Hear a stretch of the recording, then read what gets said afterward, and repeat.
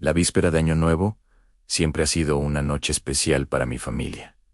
La cena, las uvas, los abrazos, pero todo cambió hace exactamente un año, la noche del 31. Nos habíamos reunido en la vieja casona de mis abuelos, un lugar lleno de recuerdos y ecos del pasado. El ambiente era festivo, las risas llenaban cada rincón y el aroma a pavo horneado impregnaba el aire. Todo era perfecto, hasta que sonó la primera campanada de la medianoche. El abuelo, con su copa en alto, se preparaba para el brindis, pero justo en ese instante, un silencio abrupto se apoderó de la sala. El gran reloj de pared, una reliquia familiar que había marcado el paso del tiempo por generaciones, se había detenido.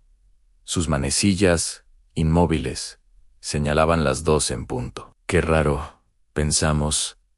Nunca antes había fallado. Mi padre, siempre práctico, se acercó para darle cuerda. Sacó la pequeña llave de latón y la introdujo en la cerradura. Giró una vez, 2 veces, pero el mecanismo no respondía. El silencio en la sala se hizo más pesado, casi tangible. Mi tía Marta, que siempre ha sido un poco supersticiosa, murmuró algo sobre malos presagios. La ignoramos, tratando de mantener el buen humor, pero una extraña inquietud comenzó a instalarse entre nosotros. Fue mi primo pequeño, Leo, quien notó el cambio. «Papá, mira», dijo con su vocecita temblorosa. El reloj se movió. Todos giramos la cabeza. Era cierto. La manecilla horaria había avanzado, pero no a la siguiente hora. Marcaba las 3:15. Mi padre frunció el ceño. Imposible. Masculló. Lo intentó de nuevo. Le dio cuerda con más fuerza.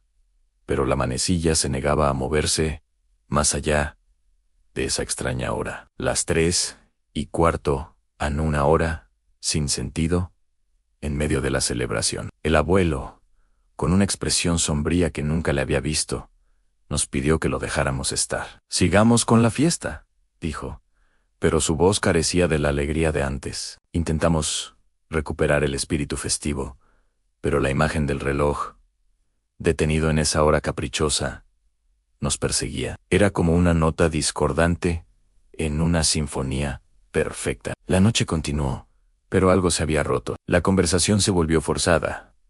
Las risas sonaban huecas. De vez en cuando, alguien miraba de reojo hacia el reloj, como esperando que, por arte de magia, volviera a la normalidad. Pero seguía ahí, marcando las 3:15, un recordatorio silencioso de que algo andaba mal. Mi tía Marta no paraba de hacer cruces y rezar en voz baja, lo que solo aumentaba la tensión general. Esa misma madrugada, la tragedia nos golpeó.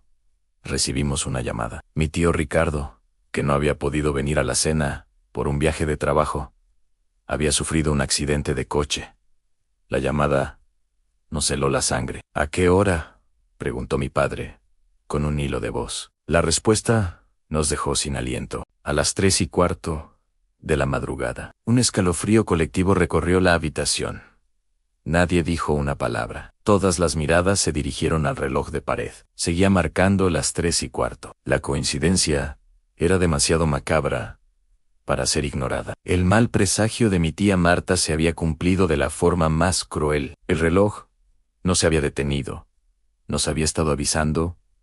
Pasaron los meses. El dolor por la pérdida de mi tío era inmenso. La familia intentaba seguir adelante, pero la sombra de aquella noche nos acompañaba. El reloj de la abuela seguía en la pared, un mudo testigo de nuestra tragedia.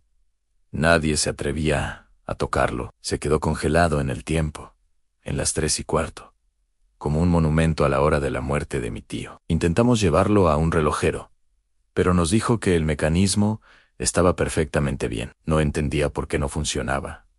Simplemente se negaba a avanzar. Así que lo dejamos como una herida abierta en la pared del salón. Llegó el verano, y con él, el cumpleaños de mi abuela. Decidimos celebrarlo en la misma casa, intentando crear nuevos y felices recuerdos. Pero era imposible no sentir la ausencia de mi tío y la presencia ominosa del reloj. Durante la comida, mi padre, quizás harto de la situación, se levantó bruscamente Y ya basta, dijo. Se acercó al reloj, tomó la llave, y con una determinación feroz, intentó darle cuerda. Nada entonces.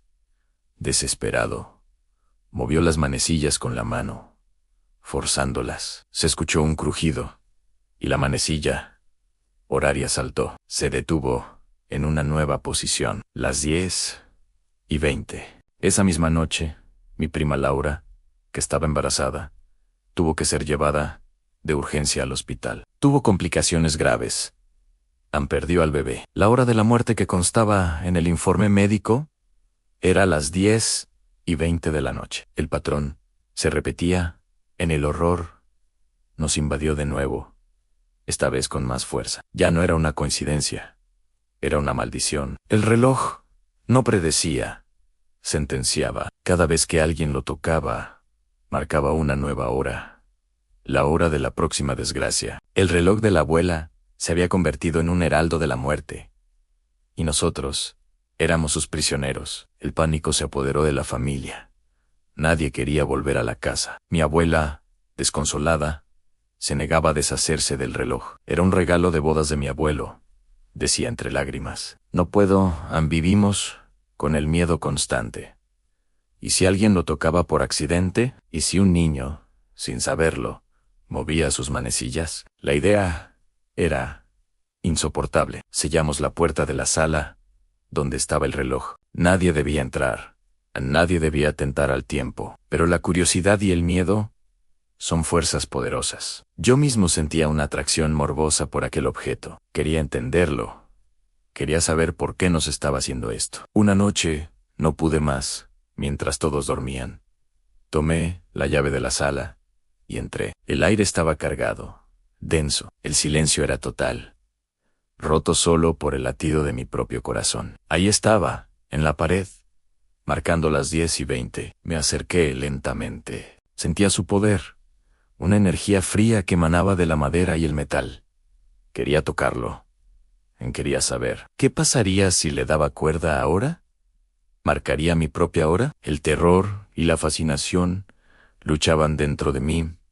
A mis dedos temblaban mientras alcanzaba la llave. Por un momento, vi mi reflejo en el cristal del reloj, y mi rostro era el de un extraño, pero no lo hice. El miedo ganó. Salí corriendo de la habitación y volví a cerrar con llave. Semanas después, en un intento desesperado, la abuela llamó a un sacerdote para que bendijera la casa. El hombre roció agua bendita y recitó oraciones. Pero cuando se acercó al reloj, retrocedió asustado. Dijo que sentía una presencia oscura, adherida a él, algo antiguo y malévolo. Nos aconsejó destruirlo, quemarlo, a mi abuela. Finalmente, aceptó, pero cuando mi padre y mis tíos fueron a descolgarlo de la pared, algo increíble sucedió. Justo cuando lo tocaron, antes de que pudieran moverlo, se escuchó un fuerte tic. Todos se quedaron paralizados, en un segundo tic. Y luego, otro. El reloj, después de casi un año de silencio, había vuelto a la vida por sí solo. Las manecillas comenzaron a moverse, marcando el paso del tiempo con una precisión impecable. Pero la alegría duró poco. Alguien notó algo más en la fecha. La noche que el reloj volvió a andar era, de nuevo, el 31 de diciembre. Estábamos a solo unas horas de la medianoche, del aniversario de la primera vez que se detuvo. El miedo volvió, más intenso que nunca. ¿Qué significaba esto? ¿Era una señal? ¿O el ciclo estaba a punto de empezar de nuevo? Ahora estamos aquí, reunidos de nuevo, en el mismo salón, mirando el mismo reloj. Faltan 5 minutos para las 12. El tic-tac resuena en el silencio, cada segundo un martillazo en nuestros nervios.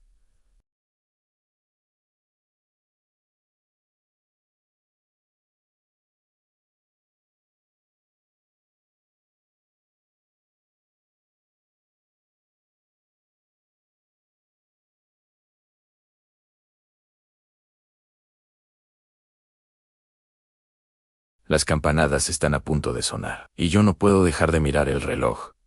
Tic, tac, tic, tac. Si te gustan los relatos de misterio y terror, no olvides suscribirte y activar la campanita para no perderte ningún video.